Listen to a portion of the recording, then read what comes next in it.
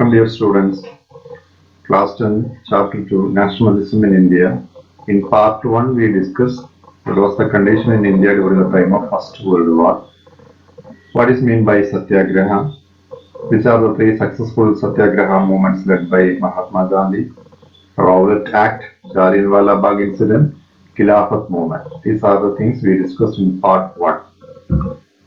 In part 2 we discussed what is non-cooperation movement, which are the various social groups participated in non-cooperation movement, what is Simon Commission.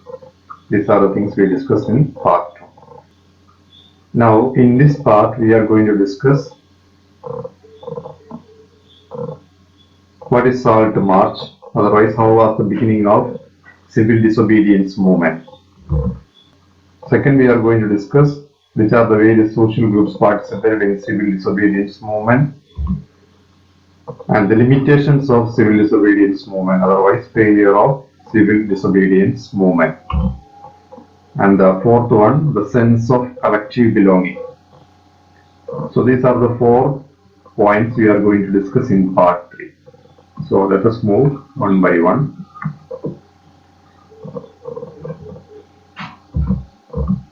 The Salt March, the beginning of civil disobedience movement, the incident that led to the beginning of civil disobedience movement. Mahatma Gandhi formed in Salt a powerful symbol that could unite the nation.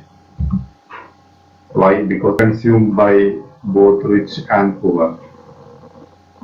So salt is a powerful symbol that could unite the nation. On 31st January 1930, Mahatma Gandhi sent a letter to Viceroy Irwin stating 11 demands. Mahatma Gandhi wrote a letter to Viceroy Irwin stating 11 demands. Among these 11 demands, the most important one was to abolish salt tax. At that time, the British government passed salt tax, the salt law. That was, anyone is manufacturing salt, they want to pay tax. So that want to abolish. So salt was something consumed by the rich and poor alike, and it was one of the most essential items of food. So it is a powerful symbol that could unite the whole nation. And in that letter, if the demands were not fulfilled by 11th March, the letter stated the Congress would launch a civil disobedience campaign. So in the letter that Mahatma Gandhi wrote to Viceroy Irwin stating 11 demands, at the end he stated that if the demand were not fulfilled by 11th March, the Congress would launch a civil disobedience campaign. But the Viceroy Irwin was unwilling to negotiate. So Mahatma Gandhi started Salt March accompanied by 78 of his trusted volunteers.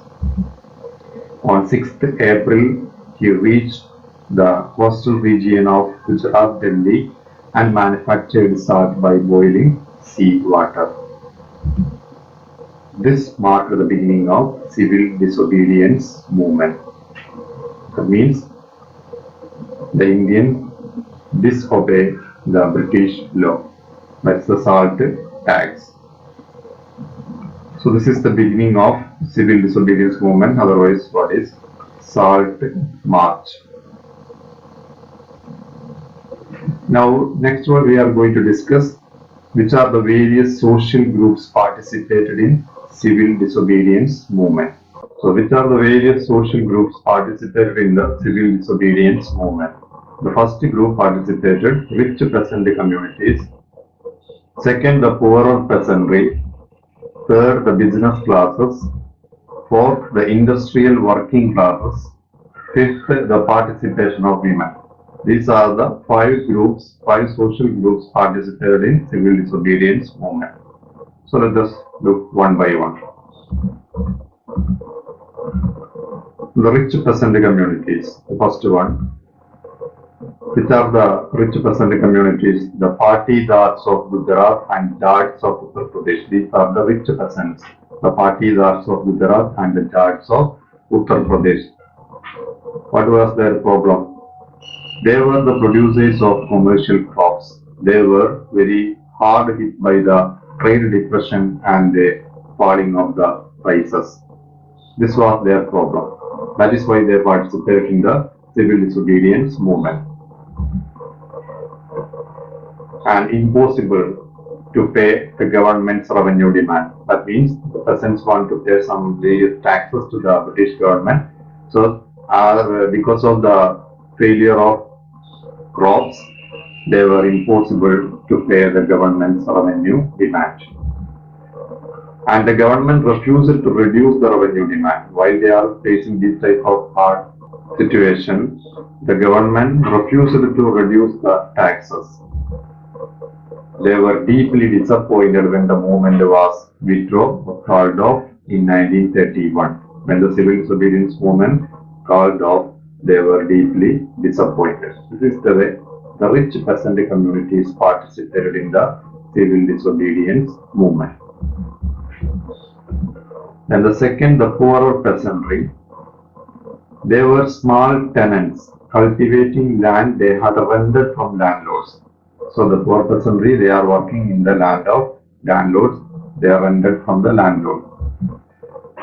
As the trade repression continued, at that time the trade repression continued, the small tenants found difficult to pay their rent to landlords.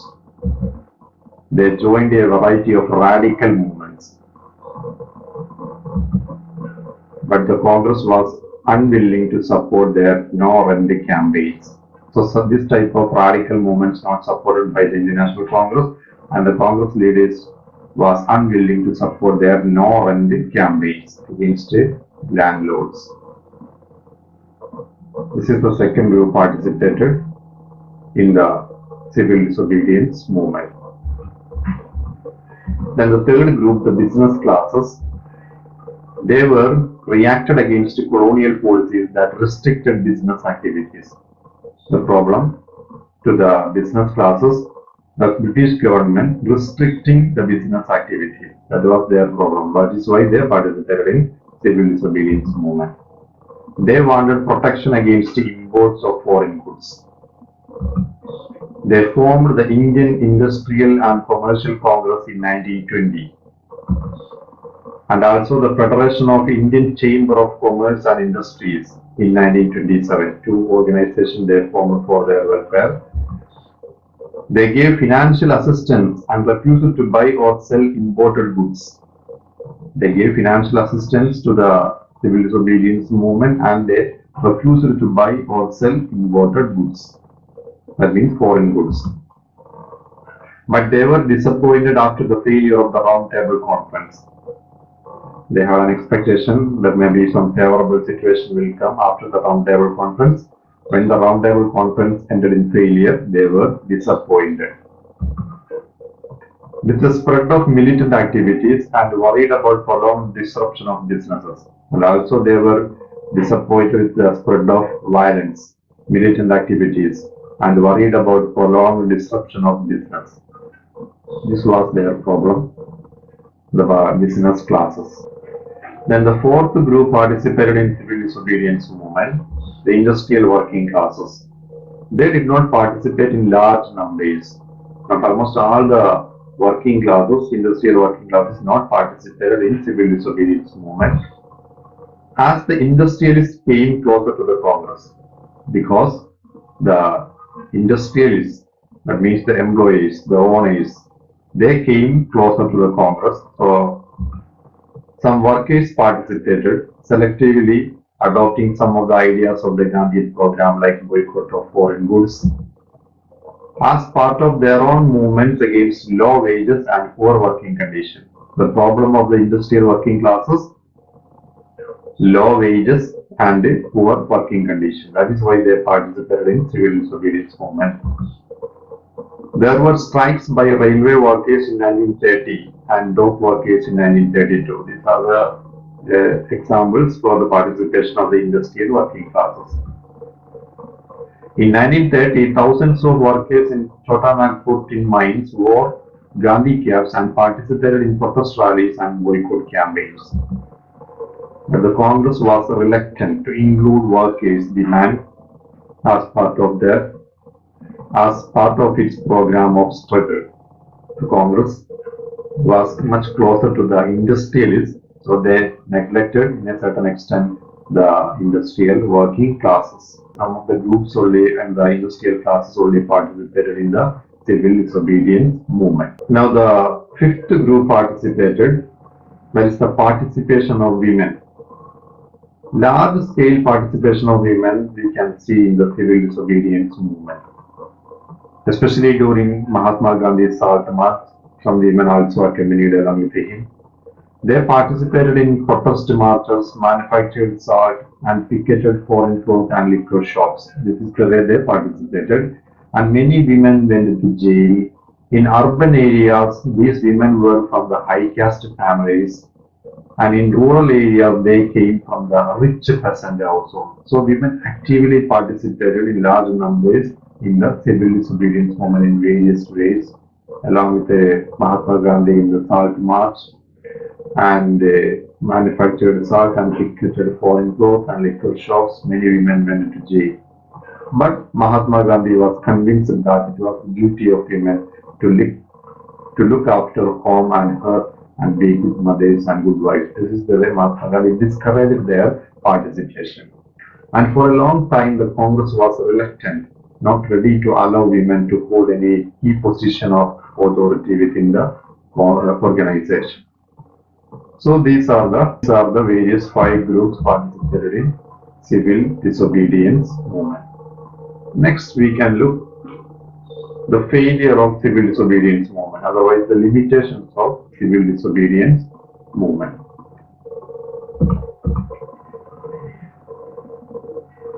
Not all social groups supported. That means not almost all the social groups in India, all over the nation, not participated in civil disobedience movement, especially the Dalits and Muslims not participated in much large number in the movement. Untouchables, who from around the 1930s had begun to call themselves Dalit or oppressed, they didn't participate much in large number. For long, the Congress had ignored them. That is the reason. For long, the Congress had ignored them. Why the Congress ignored them? For fear of offending from the Sanatanis, the conservative high caste Hindus. But Gandhi declared that Swaraj would not come if untouchability was not eliminated, avoided.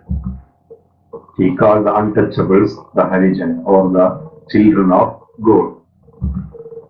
He organized Satyagraha to secure them and also entry into the temples to these untouchables and access to public wells, tanks, roads and schools. For all these, Mahatma Gandhi organized Satyagraha. Dr. B.R. Ambedkar, who organized the Dalit into the Depressed Classes Association in 1930. B.R. Ambedkar formed an organization called Depressed Classes Association in 1930 for the welfare of the Dalits, the oppressed. Dr. B.R. Ambedkar clashed with Mahatma Gandhi by demanding separate electorates for the Dalits. But Ambedkar ultimately accepted Gandhi's position, and the result was the Pune Pact of September 1932. As part of that, it gave depressed classes, later to be known as scheduled caste, reserved seats. So this is the way this is one of the reasons for the failure of civil disobedience movement. That means there is not participated much large number in the civil disobedience movement. The second group, it was Muslims. After the decline of the non-cooperation Khilafat movement, a large section of Muslims felt alienated, moved away from the Congress.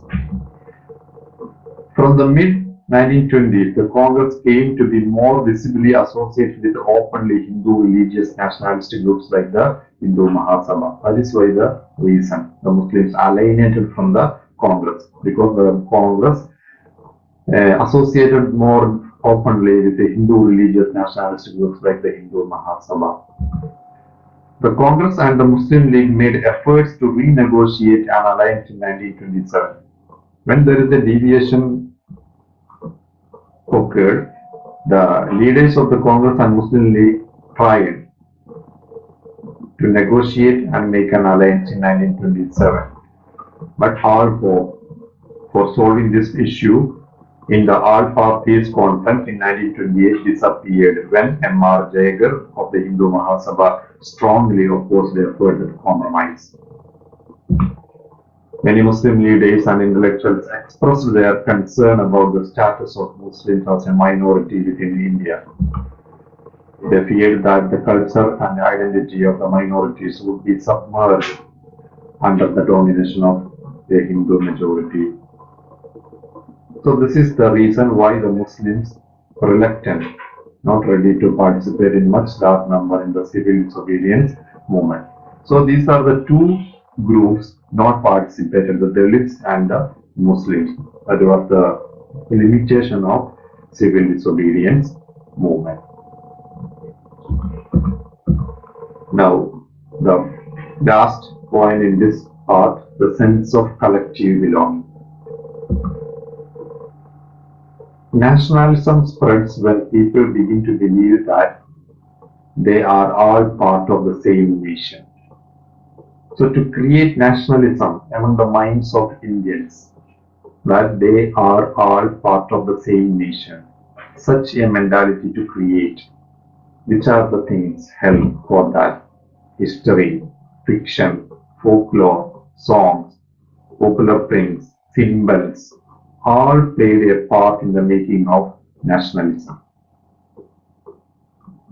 Let us look. Allegory, that means personifying a nation through a person. One of the things also we can see in our country also during the time of nationalist movement, the identity of the nation most often symbolized in a figure of image. The identity of India came to be visually associated with the image of Bharat Mata in 20th century. So we can say the allegory of India, it was Bharat Mata. The image was first created by Bankim Chandra Chattopadhyay. In the 1870, he wrote Vande Mataram as a hymn to the motherland. Later, it was included in his novel Anandamayi. So this is one of the ways to create a nationalist sentiment among the minds of India. That means a visual associated with the image of Bharat Mata.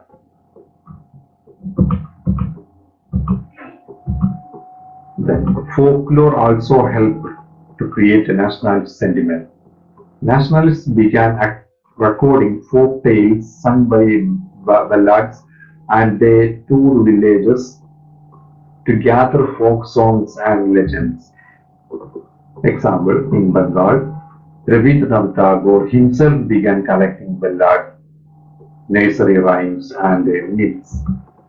In Madras, Nadesha Shastri published a massive 4-volume collection of Tamil folk tales that is called the Folklore of Southern India. So these are the two examples. In Bengal, Rabindranath Tagore; in Madras, Nadesha Shastri. They collected, gathered the folk songs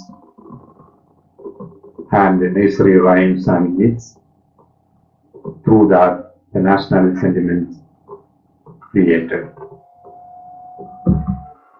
And which are the icons and symbols helped for the nationalist sentiment?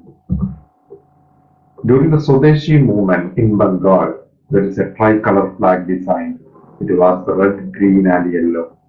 It is also called Swadeshi flag. That was the first flag.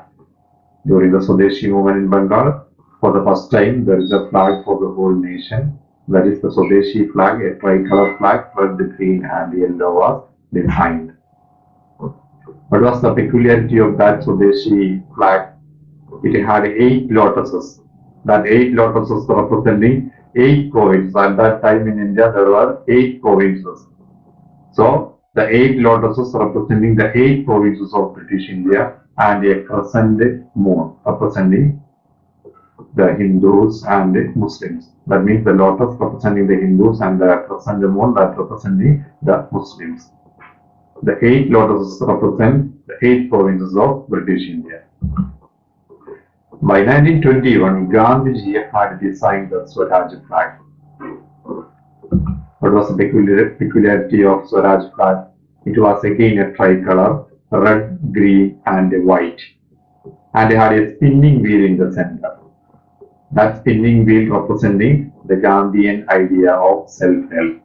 So this is the two icons or symbols that help to create nationalist sentiment. The next one, the interpretation of history, reinterpretation of history.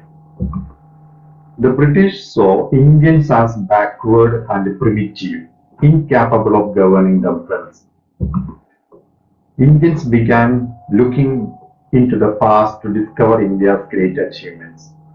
So almost all the history written by the British historians, they began to describe the Indians as backward and primitive and incapable of governing themselves. So they began to highlight their officials and their rulers, the British officials and the British policies and the British rulers. They began to highlight in their history.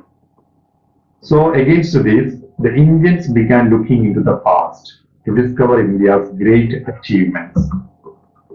The Indian historians began to write. They wrote about the glorious developments in ancient times when art, architecture, science, mathematics, religion, culture, law and philosophy, crafts, trade had flourished at that time. So such a glorious history that belongs to our country in ancient time. This glorious time declined when India was colonized. So almost all this glory declined with the coming of the British. In that way, the Indian historians began to write history. So these nationalist histories urged the readers to take pride in India's great achievements in the past and to struggle to change the miserable condition of life under the British rule. So India had a glorious past. So almost all this glory ended the coming of British. So the nationalist histories, the Indian historians urged the readers to take pride in India's great achievements in the past and struggle to change the miserable condition of life under the British rule. This is the way the Indian historians began to reinterpret the history. When the British historians began to write history as highlighting their part, the Indian historians began to highlight the glorious past of India, and all this glory ended with the coming of British. So these are the things that we discussed in this part. The Salt March, that is the beginning of civil disobedience movement, which are the various social groups participated in civil disobedience movement, and the limitation of civil disobedience movement, and the sense of collective belonging, which are the various icon, symbols, folklore, folk songs, image, and history in which they helped for the creation of nationalist sentiment. So that's all, and the chapter is over. Okay, thank you.